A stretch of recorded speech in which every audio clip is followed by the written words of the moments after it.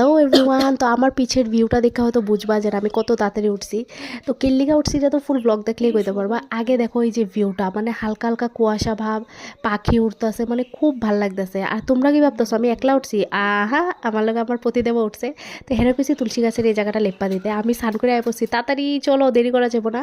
তো হে তুলসীর গাছের এখানে জায়গাটা লেপতাছে, আমি গেছি গা পাপিয়াদার বাড়িতে ফুল আনতে। এই দেখো রাস্তার মধ্যে কেউ নাই, পুরা ফাঁকা রাস্তা। তো এই দেখো এই কয়টাই ফুল পাইছি। তারপর মানে আজকে লাগবো 6টার পরে শুকতকাল, যেটার পরে ঠাকুর পূজা দেওয়া যাবে না, নাম কীর্তন করা যাবো কিন্তু পূজা পালি দেওয়া যাবে না। তো আমার চেষ্টা এটাই আসলো যে 6টার আগে সব কিছু কমপ্লিট করি।